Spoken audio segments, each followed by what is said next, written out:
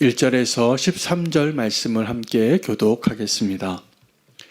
여호와께서 사무엘에게 이르시되 내가 이미 사울을 버려 이스라엘 왕이 되지 못하게 하였거늘 내가 그를 위하여 언제까지 슬퍼하겠느냐. 너는 뿔에 기름을 채워 가지고 가라. 내가 너를 베들레헴 사람 이새에게로 보내리니 이는 내가 그의 아들 중에서 한 왕을 보았느니라 하시는지라.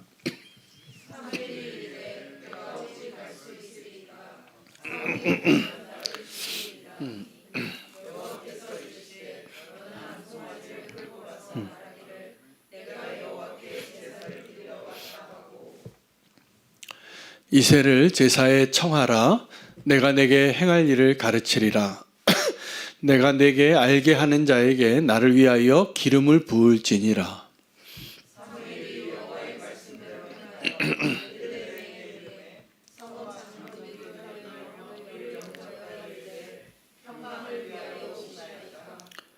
이르되 평강을 위함이니라. 내가 여호와께 제사하러 왔으니 스스로 성결하게 하고 나와 함께 제사하자 하고 이새와 그의 아들들을 성결하게 하고 제사에 청하니라.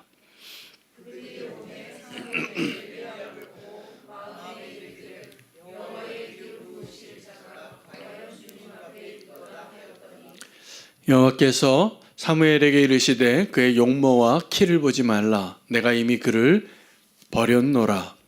내가 보는 것은 사람과 같지 아니하니 사람은 외모를 보거니와 나 여호와는 중심을 보느니라 하시더라.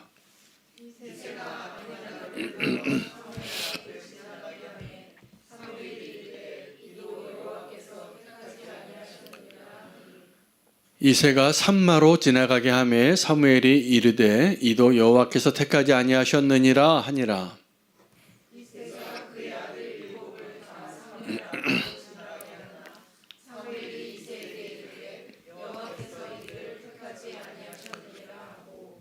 또 사무엘이 이새에게 이르되 내 아들들이 다 여기 있느냐?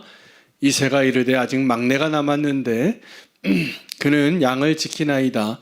사무엘이 이새에게 이르되 사람을 보내어 그를 데려오라. 그가 여기 오기까지는 우리가 식사 자리에 앉지 아니하겠노라.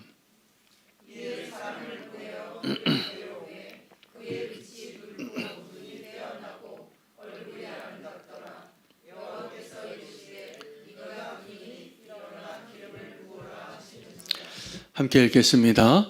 사무엘이 기름 뿔병을 가져다가 그의 형제 중에서 이날 이후로 다윗이 여호와의 영에게 크게 감동되니라.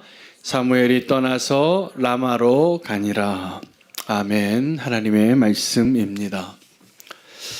오늘 본문을 통해서 하나님께서 어떻게 새 일을 행하시는가를 우리가 발견하고 우리 지나간 날들을 다 뒤로하고 주님이 앞으로 행하실 일에 대하여 우리가 함께 소망으로 바라보고 함께 주님이 행하시는 일 가운데 주님의 축복의 통로가 될 수 있는 저 여러분이 되시면 좋겠습니다. 사무엘이 사울이 하나님께 버림받은 사건을 통하여서 마음이 아팠습니다. 그래서 사무엘을 위하여 슬퍼하였노라고. 사실은 하나님께서 이 사울을 버리셨기 때문에 사무엘은 그날 이후로 아말렉과의 그런 전쟁에서 하나님의 그 예배에 순종하는 일에 순종하지 못하고 나서 아각을 죽이고 그렇게 기록이 되어 있습니다. 그날 이후로 사무엘이 다시는 사울을 보지 아니하였노라고. 그랬음에도 불구하고 사무엘의 마음 안에는 이 사울로 인하여 슬퍼하는 마음이 있었습니다. 사울에게는 내가 다시는 너의 얼굴 보지 않겠다고 매몰차게 얘기했지만 사무엘은 지나간 일들에 대하여 후회가 남은 거죠. 혹시 내가 잘못한 것은 없었나? 그리고 하나님께서 이 사울을 버린 것에 대해서 혹시라도 하나님께서 돌이켜 주시면 어떨까? 이러한 마음으로 그 슬퍼하는 마음으로 있을 때 하나님께서 이 사울에게 말씀하신 거예요. 사무엘아, 네가 언제까지 사울로 인하여 슬퍼하겠느냐? 이제 그를 잊어버리고 나와 함께 새 일을 하자.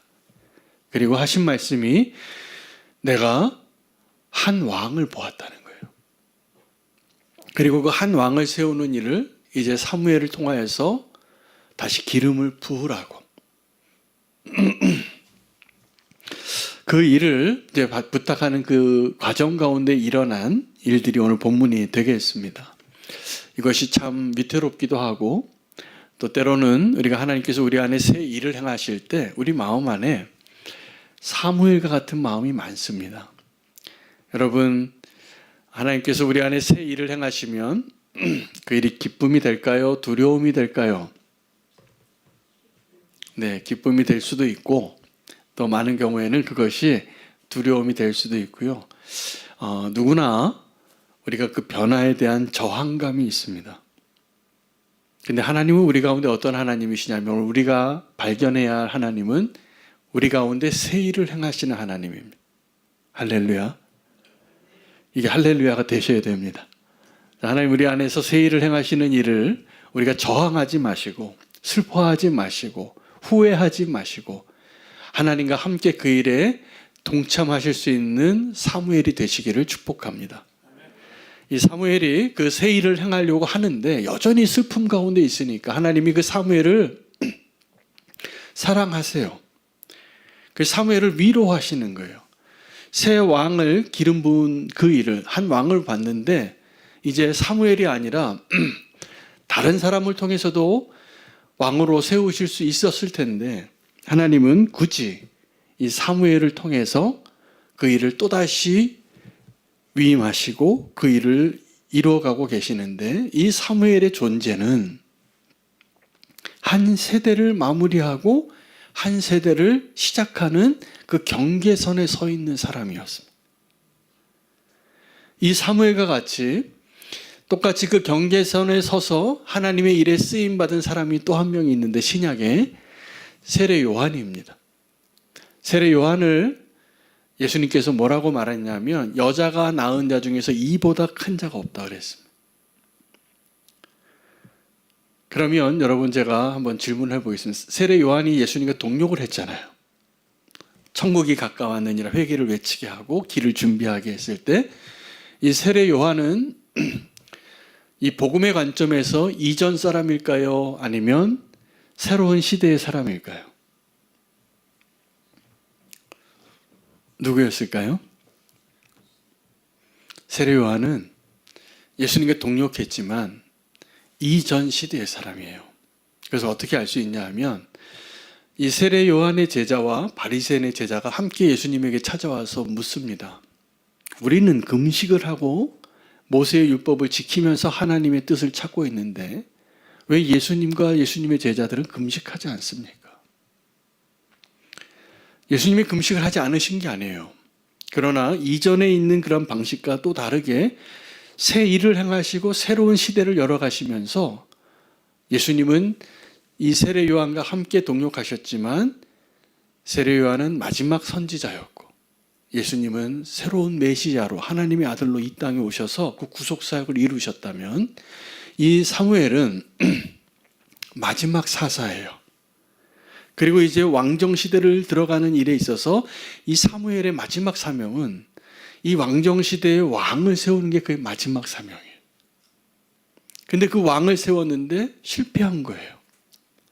그가 그 경계선에서 이전 시대의 사람으로서 새로운 시대의 문을 여는, 그래서 이 사무엘은 어떤 수식어가 붙냐면 마지막 사사이고요, 킹메이커예요. 이 왕 시대를 열어가는데 이 사무엘이 두 왕을 다 기름 부었어요. 첫 번째 왕, 두 번째 왕. 기름을 부어서 그 왕을 세우는 자가 되어지게 하는 것, 누굴 통해서 이랬냐 하면 마지막 사사의 역할이었어요. 한 시대의 마지막을 마무리하는 사람이 새로운 시대를 열 때 자기의 역할이 있는 거죠. 우리는 지금도 다음 세대를 위해서 기도하는데 다음 세대의 사명과 우리의 사명이 좀 다릅니다. 다음 세대는 하나님이 그 다음 세대 안에서 하실 일들을 그들을 통해서 하실 텐데 우리의 사명은 그들의 문을 열어주고 새로운 시대가 열릴 수 있도록 믿음의 유산을 남겨주는 일, 씨앗을 뿌리는 일이에요.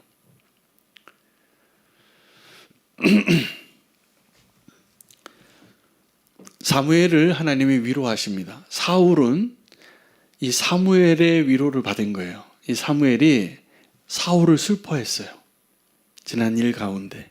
근데 하나님은 이 사무엘을 위로하십니다. 어떻게 위로했냐 하면 이 사무엘이 이스라엘 백성에게 버림을 받을 때 하나님께서 이 사무엘을 위로하면서 그렇게 말씀하셨어요. 이 사람들이 너를 버린 게 아니라 나를 버린 거라. 근데 이 사무엘이 백성들에게 이러한 새로운 왕을 요구하는 자리에서 성경은 명확하게 사무엘의 연약함도 이야기합니다. 사무엘의 두 아들이 있었습니다. 근데 사무엘의 두 아들이 사사로서 합당한 모습으로 서지 못했어요. 부족한 아들들이 있었다는 것이죠. 거기까지인 거예요. 그러니 백성들이 어떻게 얘기할 만합니까? 당신 아들이 사사로서 합당하지 못하니 우리가 새로운 왕을 구합니다. 자, 그러면 성경은 하나님은 이스라엘 백성이 사무엘에게 찾아와서 새 왕을 구한 것의 책임과 원인이 사무엘에게 있다라고 보셨을까요? 아니면 새 왕을 구하는 그 백성들의 잘못이라고 보았을까요? 예, 백성들이라고 말하고 계시는 거예요. 사무엘이 연약함이 있었다니까요. 사무엘이 만약에 온전한 자였다면 그는 더 하나님 앞에 요구할 수 있었을 거예요. 하나님, 내가 뭘 잘못했길래 이들이 내게 와서 왕을 구합니까? 근데 사무엘 가족에 허물이 있었어요. 그런데 하나님은 누구의 책임을 물으시냐면 이스라엘 백성의 책임을 물으시는 거예요. 그리고 그 이스라엘 백성이 너를 버린 것이 아니라 나를 버린 것이다.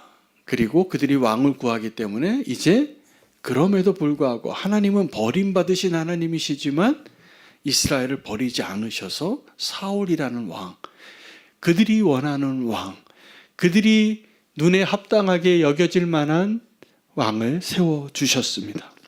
그러나 그 사울 왕이 실패한 것입니다. 그러면 하나님은 거기서 그들의 책임을 묻고 사울 왕에게 책임을 물어서 사울 왕에게 기름 부을 때 사무엘을 통해서 분명히 말씀해 주셨고요. 네가 이제 왕이 되려면 왕의 제도가 이런데 네가 왕일지라도 하나님의 명령을 온전히 순종하면 하나님이 너를 통하여 통치하고 축복하리라. 그러나 네가 이 하나님의 명령을 순종하지 않고 너 스스로 왕이 된 것처럼 행동하면 하나님이 반드시 너를 버리리라. 그렇게 얘기하셨어요. 근데 그는 하나님의 뜻을 따르지 못하는 왕이 되었습니다. 하나님께서 그 상황 가운데 그래서 사울을 버리고 후회하신다고까지 말하면서 하신 일이 뭐냐면 새 일을 행하시는 겁니다. 하나님께서 여러분, 저와 여러분의 삶 가운데 지금도 새 일을 행하세요. 똑같은 언약인데도 새 언약이라고 말씀하시고, 새 일을 행하시는 이유는 하나님이 실수하고 후회하셨기 때문에 뜻을 바꿨기 때문이 아닙니다. 우리가 하나님의 언약을 지키지 못하고 우리가 실패하기 때문에도, 그럼에도 불구하고 하나님은 우리를 포기하지 아니하시고 새 일을 행하신다는, 이것은 하나님께서 우리를 용서하시고 새 일을 행하시는 것과 같다는 것이죠. 오늘 새 일을 행하시는 그 다윗이라는 왕을 세우는 일 가운데 우리는 하나님께서 새 일을 행하시면 어떤 방식으로 행하는지를 발견할 수 있습니다. 패턴이 똑같습니다. 하나님께서 새 일을 행하실 때 한 사람을 세우실 거예요. 한 사람을. 저는 이 교회의 역사에 관심이 참 많았습니다. 그래서 교회가 어떻게 역사 속에서 그 모든 여정을 걸어왔는지를 제가 공부도 좀 하고 책도 좀 많이 읽고 이 선교 강의를 할 때 교회의 역사의 강의를 제가 주로 했습니다. 근데 교회의 역사가 패턴이 똑같아요. 어떻게 하나님이 이 교회의 역사를 회복시키고 계속 그 주기마다 이 하나님의 나라를 회복시켰냐 하면 어떠한 운동이 일어나고 어떤 교회의 부흥이 일어날 때 정점에 있을 때가 있습니다. 이걸 번영기라고 해요. 이 교회가 융성한 꽃을 피울 때가 있습니다. 역사 속에서 이 400년 주기로 그 한 300년에서 400년 사이에 꼭 그 시기가 왔습니다. 근데 그때부터 교회는 세속화가 돼요. 세상을 닮아가는 교회가 됩니다. 그럼 거기서 교회가 끝나서 세상과 똑같은 교회가 돼서 역사가 끝나는 게 아니라 그렇게 내리막으로 가는 그 과정 가운데 하나님께서 새로운 역사의 문을 여는 한 사람을 세우시더라고요. 이게 역사의 증거예요. 이 패턴이 나오는데 마치 사울이 왕으로 세워져서 여전히 하나님 앞에 버림은 받았지만 왕으로서 지금 활동하고 있고 전쟁하고 있고 통치하고 있는 그 과정 가운데 하나님은 저 무대의 변두리에서 한 사람을, 하나님 마음에 합한 한 사람을 보시고 그 사람을 택하고 부르세요. 그리고 그 사람에게 기름 부으세요. 그 사람이 나중에 지나가 보면 그 한 사람이 주장하고 반응하고 하나님께 순종하고 헌신했던 그 모습이 역사의 한 시대의 시작이 되었는데 그 사람이 살아있는 동안에는 아무도 그 사람을 잘 몰라요. 그냥 어떤 당돌한 한 청년이 믿음으로 우리 이렇게 살아야 합니다. 우리 이런 방향으로 하나님의 나라를 세워야 합니다라고 외치는 그냥 무모한 청년처럼 보여요. 근데 하나님께서 세운 사람이 있어요.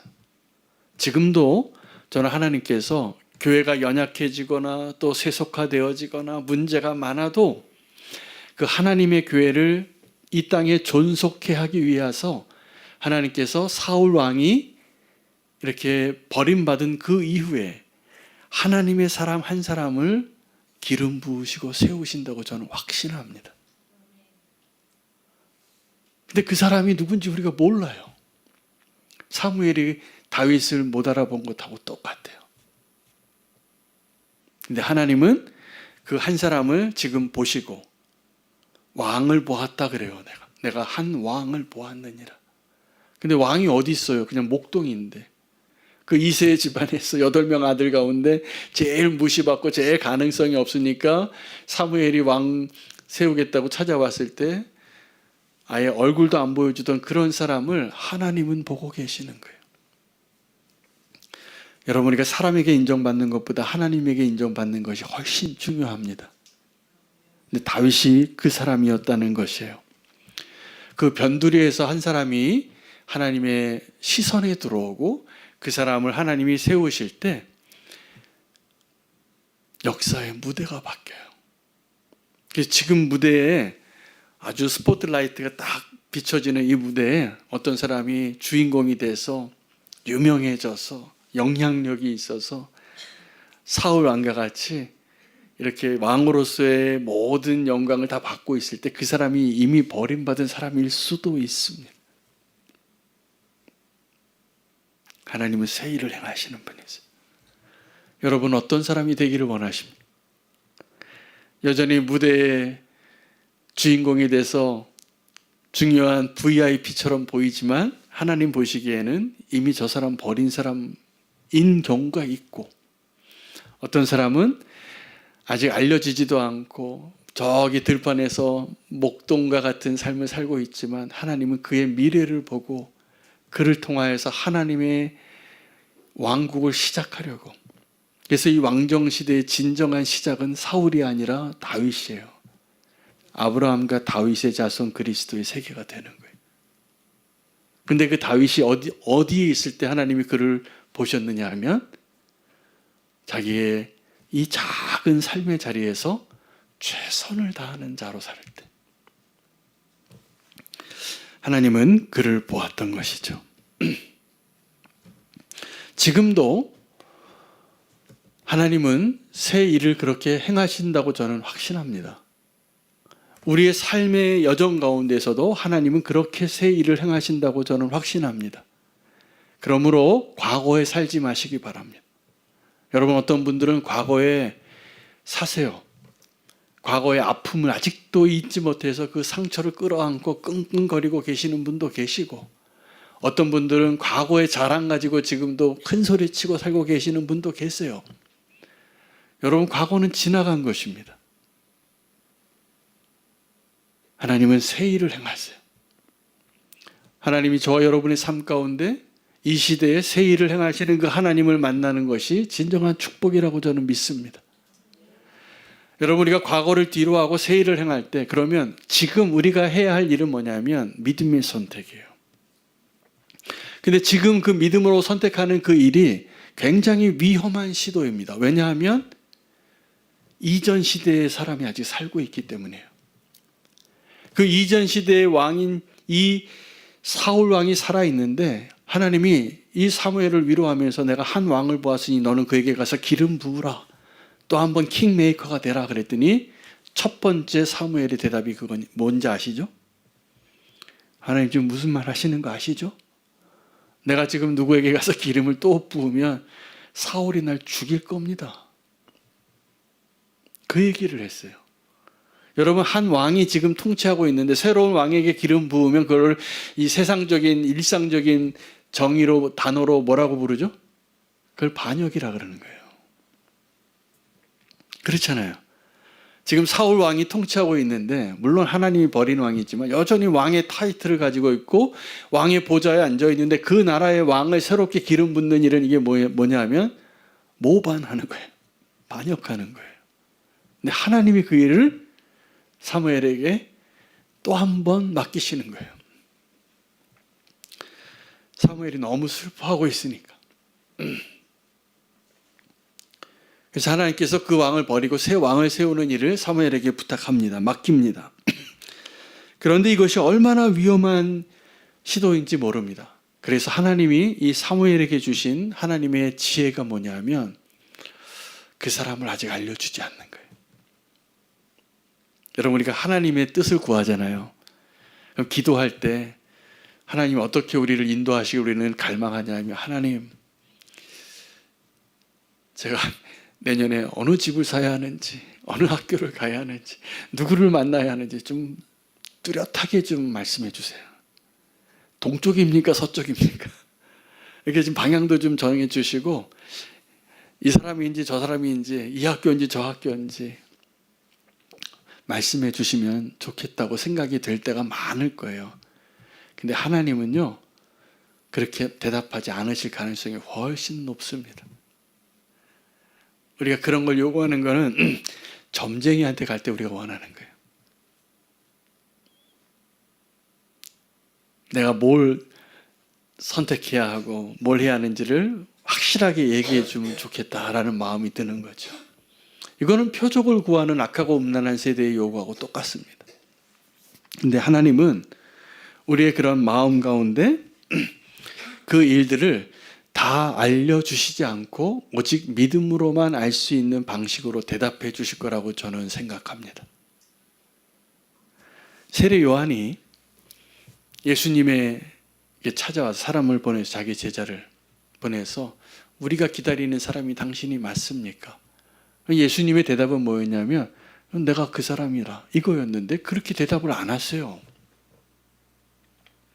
눈먼 자가 눈을 뜨고 안진뱅이가 일어나고 죽은 자가 살아난다고 말해라. 이게 내가 그 메시아다라는 대답이에요. 우리는 지금도 하나님 앞에 기도하고 간구할 때 하나님, 내가 지금 간절히 구하는 이 기도의 제목에 좀 정확하게 대답해 달라.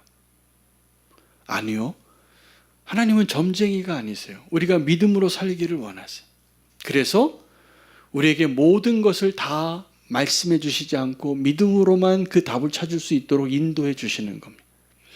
이 사무엘이 만약에 정말 누가 왕으로 될 사람인지를 알고 다윗이라는 사람을 알고 갔다면 다윗은 위태로워졌고 사무엘은 위험해졌을 거라고 저는 생각해요. 사울이 자기가 버림받은 것을 알았기 때문에 마치 헤롯 왕이 새롭게 왕이 태어났다고 하니까 그래서 기뻐하는 척하면서 다 죽이려고 했던 것처럼 한 왕이 있는데 다른 왕이 세워진다는 것을 알게 되면 기존에 있는 왕은 겉으로는 아닌 척해도 새롭게 태어난 그 왕을 반드시 제거하고 싶어 하는 거예요. 왜냐하면 자기가 계속 왕이 되고 싶으니까. 그래서 사무엘이 가는데요. 이새의 집에 아들의 그냥 왕이 있다라고까지만 얘기하고 누군지 말 안 하는 거예요. 그가 가서 봅니다. 그러니까 이 사무엘이 이새의 집에 가니까 이새가 두려웠어요. 당신이 지금 오는 것이 평안한 일로 오시냐고. 평안하다고. 우리 함께 예배하자고. 제사하자고. 너의 식구들 다 부르라고. 그래서 그 아들들을 보게 되는데 엘리압이 지나가는데 사무엘의 마음에 이 사람이구나. 키도 크고 외모도 좋고 첫째 아들이고 이새의 아들이라면 첫째 아들이겠지. 하나님은 내가 그를 버렸다.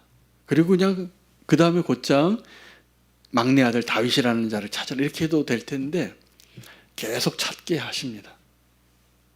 7명의 아들이 다 지나갈 때까지 아비나답, 삼마 다 지나가는데 아니라. 그리고 말씀하세요. 너는 외모를 보지만 나는 그 사람의 마음의 중심을 보느니라. 여러분, 지금도 일하시는 하나님이 우리와 다른 것이 있다면 우리와 보는 관점이 너무나 다르세요. 만약에 우리가 정말 하나님이 보시는 그 관점으로 나의 삶을 볼 수 있고 이 세대를 볼 수 있고 하나님의 뜻을 분별할 수만 있다면 우리는 이 세상에서 결코 흔들리는 사람이 되지 않을 것입니다. 그런데 우리는 여전히 내 눈에 보이는 것 그리고 내 눈에 보이는 그 상황들 그것을 내 판단의 근거로 삼을 때가 많습니다. 누가 나한테 잘하면 그 사람이 좋아요, 안 좋아요? 예, 그 사람한테 홀딱 넘어가요. 근데 그 사람이 정말 좋은 사람인지 아닌지 우리는 아직 몰라요. 나한테 너무 잘해주는 사람이 다 좋은 사람이 아닐 가능성이 아주 높습니다. 하나님은 마음의 중심을 보시는 거예요. 우리는 마음의 중심을 볼 수 있는 능력이 없는데 이 보이지 않는 그 마음의 중심을 볼 수 있는 능력이 믿음으로 보는 능력하고 아주 비슷합니다. 의인은 보이는 것으로 사는 것이 아니라 믿음으로 사는 겁니다. 할렐루야. 눈에 보이는 것에 속지 마시기를 바랍니다. 내 눈에 보기에 그럴듯해 보이고 내 마음이 막 가고 내가 그 사람을 의지하고 싶고 여러분 사도행전에도 이 제비 뽑을 때 이 마띠아를 뽑을 때 이 초대교회 성도님들 120명이 그 가룟 유다의 자리를 이을 사도를 뽑을 때 뭐라고 얘기했냐면 우리의 마음, 무사람의 마음을 아시는 주여 주님이 정해 주십시오. 이렇게 주님께 맡기면서도 주님 우리 마음을 다 아시죠. 하나님은 우리의 마음을 보시는 것뿐만 아니라 우리의 미래도 보시는 거예요. 그래서 누가 가장 적합한 사람인지를 하나님이 정하셔서 마띠아가 뽑혀요. 누가가 이 사도행전을 기록했는데 그때 당시에 이 초대교회에 있는 120명의 성도들이 다 누구를 원했는지를 티나게 적어놨어요. 근데 하나님은 그 사람을 안 뽑아요.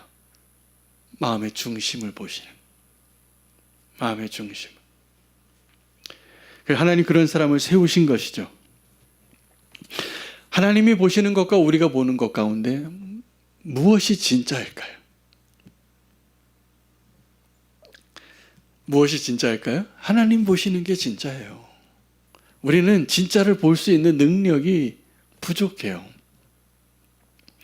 믿음의 눈이 열린다는 건 뭐냐면 보이지 않는 게 보이기 시작하는 거예요. 보이지 않는 게.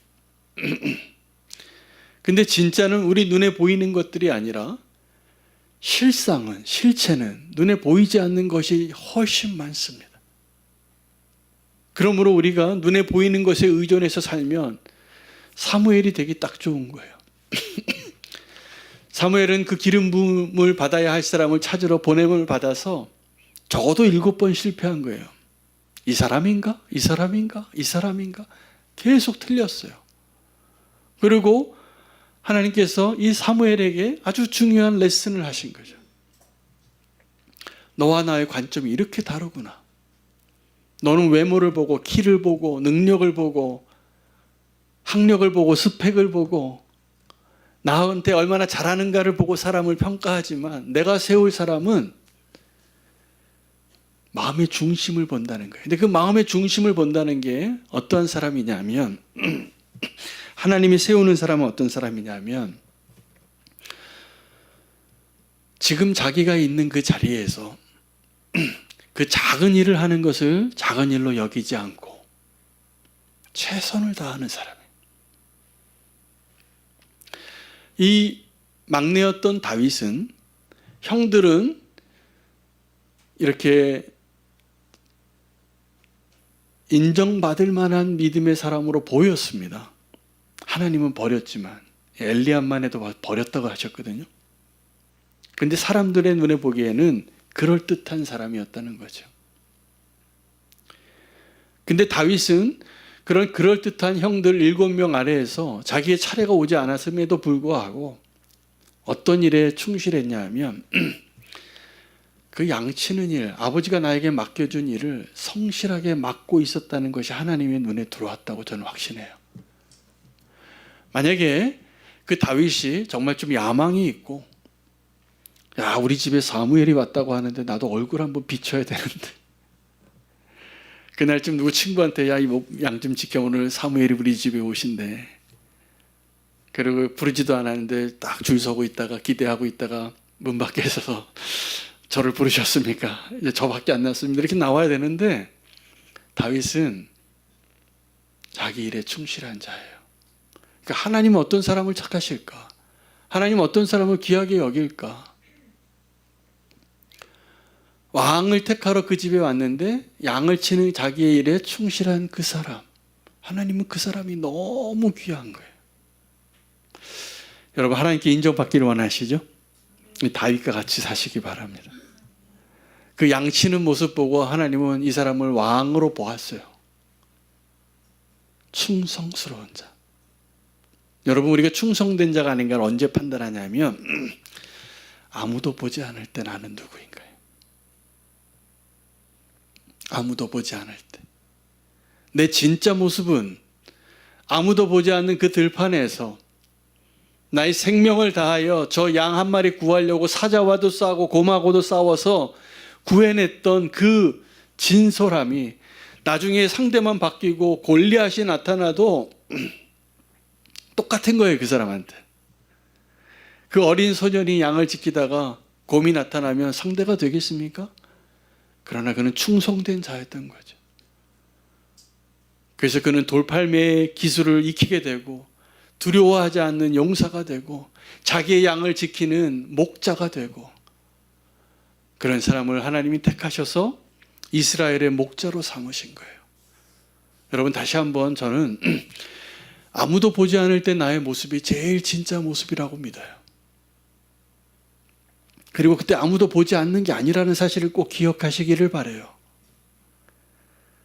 하나님이 다 보고 계세요. 다 알고 계세요. 그리고 그때가 나의 진짜 모습인 거예요.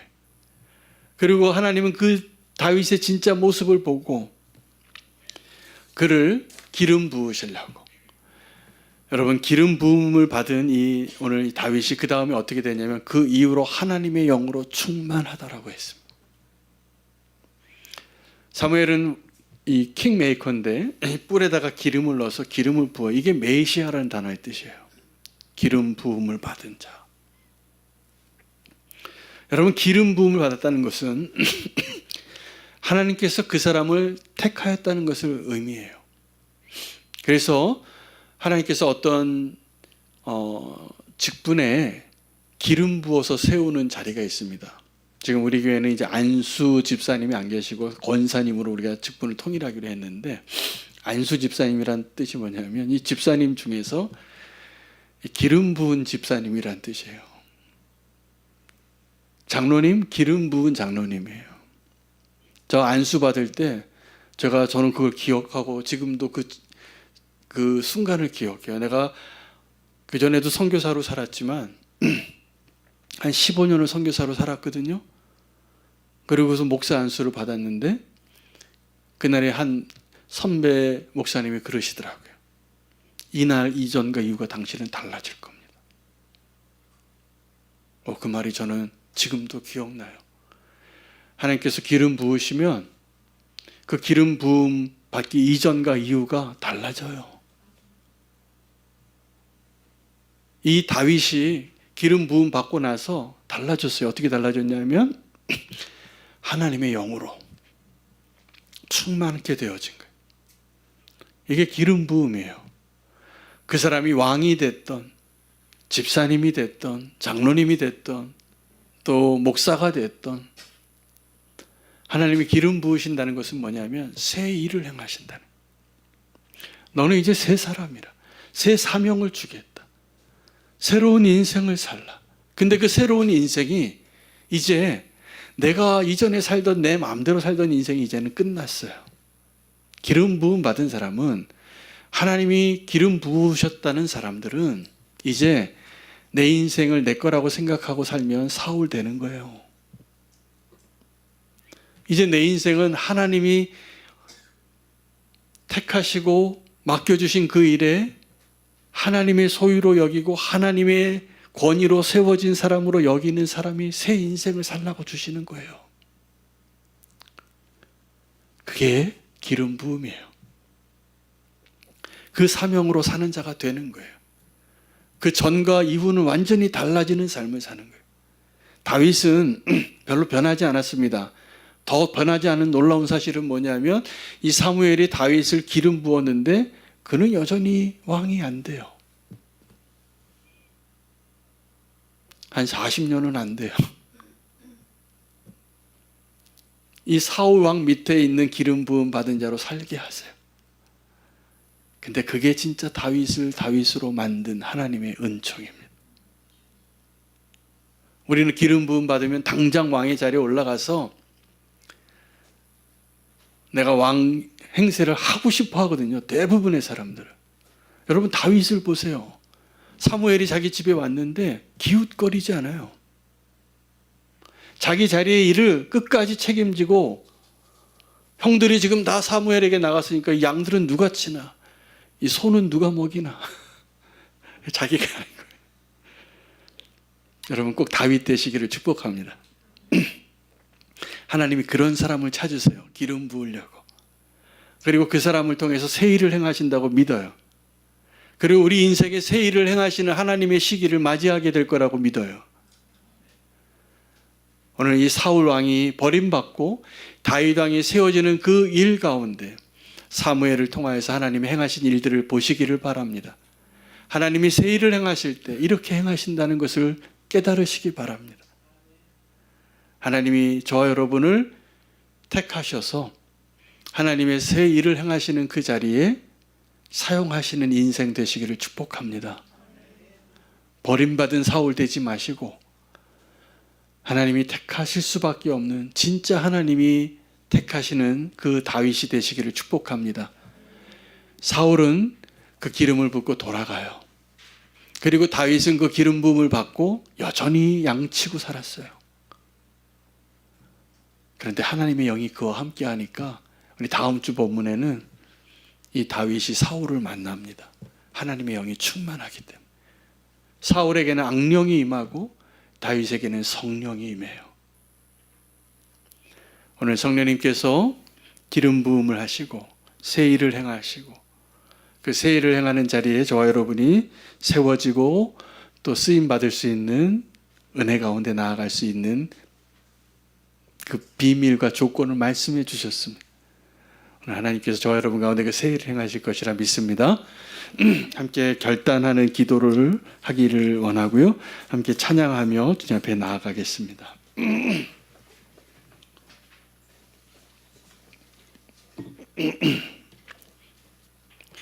오늘 기도 제목을 좀 미리 정하고 말씀드리고 기도할 제목을 나눠드리고 찬양하기 시작하겠습니다.